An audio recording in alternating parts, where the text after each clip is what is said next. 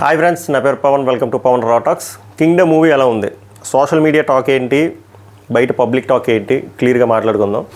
So video చూసే ముందు like చేసి చూడండి, ఎక్కువ మందికి రికమెండేషన్స్ వెళ్తుంది. Thank you so much. So ఎంతమంది కింగ్డమ్ మూవీ చూసారు, మీకు ఏమనిపించిందో కామెంట్ చేయండి. నా ఆనెస్ట్ ఒపీనియన్ నేను చూసి నాకేమనిపించిందో కూడా చాలా ట్రాన్స్పరెంట్గా చెప్తా.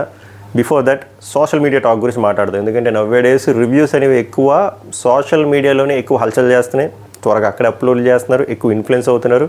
సో దానికి రకరకాల రీజన్స్ ఉన్నాయి. సో మనం దాని మీద వెళ్ళొద్దు. బట్ కింగ్డమ్ మూవీ సోషల్ మీడియాలో ఎలా ఉందంటే డివైడ్ టాక్తో నడుస్తుంది. ఇంకా చెప్పాలంటే మీకు అర్థమయ్యే భాషలో మిక్స్డ్ టాక్. అంటే కొంతమందికి బాగా అనిపిస్తుంది, కొంతమందికి అస్సలు నచ్చలేదు, కొంతమందికి యావరేజ్ అనిపిస్తుంది. ఓవరాల్గా మిక్స్డ్ టాక్తో నడుస్తుంది. బట్ బయట ఎలా ఉంది, అసలైన పబ్లిక్ టాక్ ఎలా ఉంది, పోనీ ఓవరాల్గా నేను చెప్పలేను. కానీ నేను చూసిన ప్లేస్లో ఎలా ఉంది అంటే బాగుంది. నీకు ఎలా అనిపించింది అంటే సినిమా బాగుంది. అదేమో తోపు తురుము బ్లాక్ బస్టర్ అని చెప్పు. It's a good movie, decent movie ఇంకా కరెక్ట్గా చెప్పాలంటే. But okay, every one has their own opinion. But దీన్ని మరీ దారుణంగా కొన్ని క్యాంపెయినింగ్లు జరుగుతున్నాయి. రగాడి మామ చెప్పాడు చూసావా, అది నిజమే. అది ఎస్పెషల్లీ విజయ్ దేవరకొండ మీద కొన్ని క్యాంపెయిన్లు జరుగుతాయి, పెయిడ్ క్యాంపెయిన్లు. అవి ఎలా ఉంటాయంటే డబ్బులు ఇచ్చి కొన్ని అందరినీ చెప్పట్లేదు, కొంతమంది రివ్యూర్లకి డబ్బులు ఇస్తారు, వాళ్ళు ఎంత డీగ్రేడ్ చేయాలో అంత చేస్తారు. అలాగే కొన్ని పేజెస్కి డబ్బులు ఇస్తారు, వాళ్ళంత డీగ్రేడ్ చేస్తారు. అలాగే కొంతమంది సోషల్ మీడియా ఇన్ఫ్లుయెన్సర్స్కి డబ్బులు ఇస్తారు, వాళ్ళ మార్గాలు ఉంటే ఆ మార్గాల్లో మూవీని పుల్ చేయడానికి ట్రై చేస్తారు. ఇది విజయ్ దేవరకొండకి తెలుసు, విజయ్ దేవరకొండ తీస్తున్న డైరెక్టర్లకి తెలుసు, ప్రొడ్యూసర్లకి తెలుసు. కానీ సినిమా బాగుంటే ఇవేమీ జరగవు. కానీ ఇక్కడ ఏమవుతుందంటే ఎఫెక్ట్, ఇంతకుముందు విజయ్ దేవరకొండకి ఇవే జరిగాయి. బట్ విజయ్ దేవరకొండ తీసిన సినిమాలు కూడా బాగలేదు. సో నిజంగా బాగోపోవడం వల్ల అలా కొట్టుకుపోయాయి, దుమ్మి కేసులో కొట్టుకుపోయినట్టు. బట్ ఈ మూవీకి ఇది ఎంతవరకు ఎఫెక్ట్ అవుతుంది, సినిమా బాగుంటే వెళ్తుంది కదా, నువ్వే చెప్పావు కదా అంటే ఇది ఎఫెక్ట్ అవుతుంది కొంచెం. ఎందుకంటే విజయ్ దేవరకొండ డౌన్లో ఉన్నాడు, ఎందుకంటే సిరీస్ ఆఫ్ ఫ్లాప్స్ తర్వాత వస్తుంది సినిమా. సో ఆ ఇంపాక్ట్ ఆల్రెడీ ఉంటుంది ఆడియన్స్లో సబ్ కాన్షియస్గా. దానికి తోడు ఇప్పుడు ఇలాంటి నెగిటివ్ క్యాంపెయిన్లు ఎక్కువయ్యాయి అనుకోండి, అది కొంచెం సప్రెస్ చేస్తుంది సినిమా టాక్ బాగున్నా కూడా దాని రిజల్ట్ని. సో నాకు అందుకే ఆనెస్ట్గా చెప్పాలనిపించింది. అంటే నేను మళ్ళీ చెప్తున్నా, ఇదేం తోపు తురుము సినిమా కాదు. బట్ కొంతమంది క్యాంపెయినింగ్లు చేస్తూ కొన్ని పేజెస్, కొంతమంది సోకాల్డ్, కొంతమంది రివ్యూర్స్ కావాలని చెప్పి డీగ్రేడ్ చేస్తూ తక్కువగా మాట్లాడుతూ అండ్ చెప్తున్నాను కదా, కావాలని చెప్పి మిక్స్డ్ టాక్ కూడా కాదు, అవుట్ రైట్ రిజెక్టెడ్ మూవీ అన్నట్టు మాట్లాడుతున్నారు. అది తప్పు.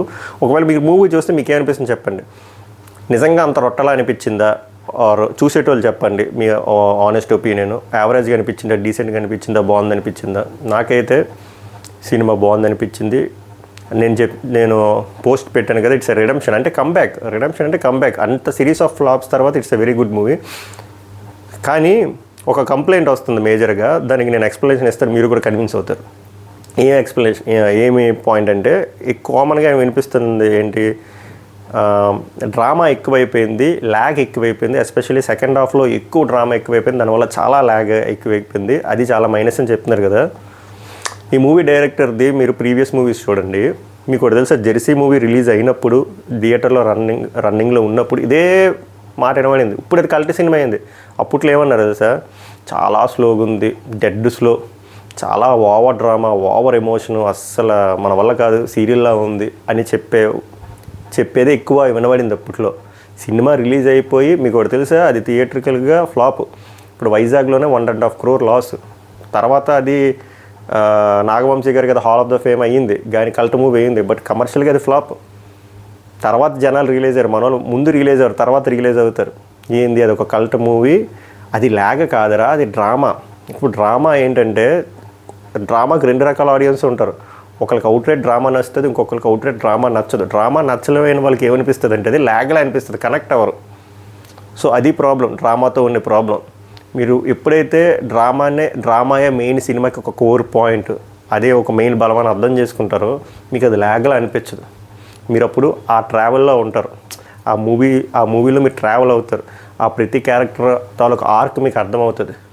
ఇప్పుడు నేను ఏదో లేపుదామని చెప్పట్లేదు, డ్రామా తాలూకా బోత్ సైడ్స్ నేను చెప్తున్నాను. అప్పుడు జెర్సీ మూవీని కూడా ఎలా అన్నారు, ఈ మూవీ డైరెక్టర్ది డెబ్యూ ఫిల్మ్ మళ్ళీ రావా, ఆ సినిమా కూడా పర్లేదు డీసెంట్ ఫిల్మ్, దానికి కూడా ఇవే complaints, slow movie, over drama అని. అవే పాయింట్లు ఇప్పుడు కూడా మీకు వినిపిస్తాయి కూడా, కొంతమందికి అనిపిస్తుంది కూడా చూసిన తర్వాత మీరు మళ్ళీ టీవీలో చూసాక, అరే ఎందుకు ఇలా అన్నాము, సినిమా బాగుంది కదా, దీనికి కావాల్సిందే డ్రామా కదా, ఇది ల్యాగ్ కాదు కదా, ల్యాగ్కి డ్రామాకి డిఫరెన్స్ ఉంది కదా, మనం ప్రాపర్గా కనెక్ట్ అవ్వలేదా, లేదా మనం అప్పుడు పెయిడ్ రివ్యూస్కి ఇన్ఫ్లుయెన్స్ అయ్యామా, ఆర్ మన మైండ్ సెట్ ఏమైనా మార్చుకున్నామా, విజయ్ దేవరకొండ గురించి మనం నెగిటివ్గా అనుకున్నామా, డైరెక్టర్ గురించి నెగిటివ్గా అనుకున్నామా అని అనుకుంటాం. సో ఓవరాల్గా ఈ cinema main strength drama. So ఆ డ్రామా వల్ల కొంతమందికి అది ల్యాగ్ అనిపిస్తుంది, కొంతమందికి అది నచ్చట్లేదు. బట్ మీరు మూవీలో కనెక్ట్ అయ్యి మీరు డ్రామా ఇష్టపడితే ఈ సినిమా బాగా నచ్చుతుంది. So coming to the technical aspects, నాకు సినిమాటోగ్రఫీ బాగా నచ్చింది. ఎంతమందికి అది నోటీస్ చేశారో చెప్పండి. ఇది విజువల్ బ్రిలియన్స్లో అనిపించింది, నాకు చాలా బాగా అనిపించింది. ప్రతి ఫ్రేము చాలా బాగుంది. అండ్ యాక్షన్ కొరియోగ్రఫీ ఎవరు చేశారో నాకు తెలియదు, చాలా బాగా అనిపించింది. అనిరుద్ధ్ నాకు సాంగ్స్ కంటే బీజిఎం బాగా నచ్చింది, మీకే అనిపించిందో చెప్పండి. అండ్ నాకు డ్రామా ఇష్టం.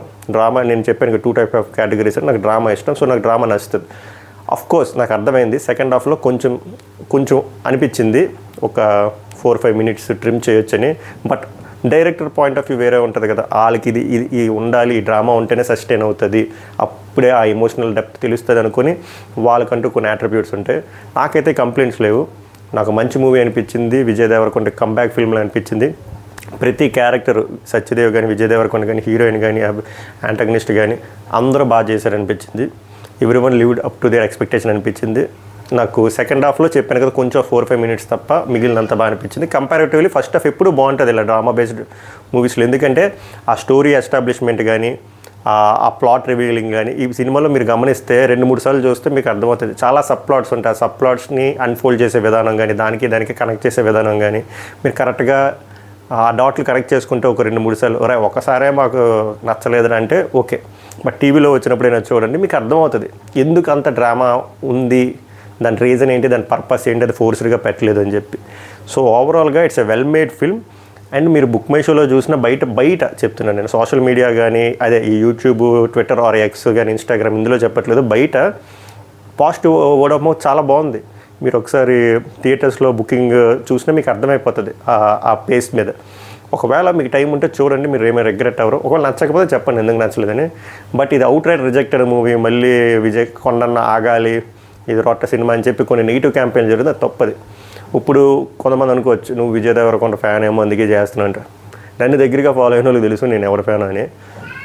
పవన్ కళ్యాణ్ ఫ్యాన్ అని ఆల్మోస్ట్ తెలుసు. తెలియని వాళ్ళకి నేనే ఓపెనింగ్ చెప్తున్నాను కదా పవన్ కళ్యాణ్ ఫ్యాన్. నేను సినిమా బాగోకపోతే రివ్యూ చేయనని డెసిషన్ తీసుకున్నా రీసెంట్గా. అందుకే మొన్న రీసెంట్ మూవీ నాకు నచ్చలేదు, పవన్ కళ్యాణ్ నేను ఎంత వీరాభిమాని అయినా నాకు సినిమా నచ్చలేదు కదా రివ్యూ చేయలేదు. సినిమా బాగుంది, మినిమం యావరేజ్ ఉన్నా కూడా రివ్యూ చేద్దామని ఫిక్స్ అయ్యాను. అండ్ దానికి తోడు దీని మీద కొన్ని నెగిటివ్ క్యాంపెయినింగ్లు జరుగుతుంది, ఇది కరెక్ట్ కాదు. అన్ని కోట్లు పెట్టి సినిమా డిస్ట్రిబ్యూషన్, ఎగ్జిబిటర్లు, ప్రొడ్యూసర్లు, దాని సరౌండింగ్ బిజినెస్ చాలామంది దీని మీద ఆధారపడి ఉంటారు. Just for the sake of few pennies మనం ఇలాగ నెగిటివ్ క్యాంపెయినింగ్ చేస్తే చాలా ఫ్యామిలీస్ రోడ్డు మీదకి వస్తే అది కరెక్ట్ కాదని అనిపిస్తుంది ఈ నెగిటివ్ క్యాంపెయినింగ్. సో అందుకే నేను వీడియో చేయడం జరుగుతుంది, అంతకుమించి ఏం లేదు. అండ్ కొంతమంది అంటారు విజయ్ దేవరకొండకి ఓన్లీ తెలంగాణ ఫ్యాన్సే ఉన్నారు, ఇక్కడ ఆంధ్రాలో చూడరంటే వాళ్ళకి అర్థం కావట్లే. థియరిటికల్ రైట్స్, డిస్ట్రిబ్యూషన్ రైట్స్ ఉంటాయి కదా, అవి ఎక్కువ తెలంగాణ కంటే ఆంధ్రాలోనే ఎక్కువ కొంటారు. అండ్ ఎక్కువ రెవెన్యూ కూడా అక్కడే వస్తుంది విజయ్ దేవరకొండకి. ఇప్పుడు ఈ మూవీలో కూడా మీరు బిజినెస్ చూసుకోండి. అండ్ బిజినెస్ పక్కన పెడితే ఎండ్ ఆఫ్ ద డే మొత్తం క్లోజింగ్ బిజినెస్ ఉంటుంది కదా, మొత్తం ఎంత షేర్ కలెక్ట్ చేసినప్పుడు మీకు అర్థమైపోద్ది. సో అలాంటి విభేదాలు ఏం లేవు, మనమే సృష్టిస్తున్నాం. కొంతమంది పెయిడ్ క్యాంపెయిన్తో అలా సృష్టిస్తున్నారు తప్ప just because of pure hated. ఏంటంటే ఓకే కొంతమంది విజయ్ దేవరకొండ నచ్చడు యాటిట్యూడ్ ఇదని. నేను ఒకటి చెప్తా, నిజం మాట్లాడేవాడికి అలాగే పొగరుగా అనిపిస్తాడు, కాన్ఫిడెంట్గా మాట్లాడితే యాటిట్యూడ్ పొగరు బలుపు అనిపిస్తుంది. కానీ మనం ఎన్ని ఎదవ పనులు చేసి సైలెంట్గా మహానుభావుల్లో మాట్లాడి వెనక్కి దొంగనా కొడుకులకు బోల్డ్ పనులు చేసిన వాళ్ళు మాత్రం మనం మంచిగా అనిపిస్తాం.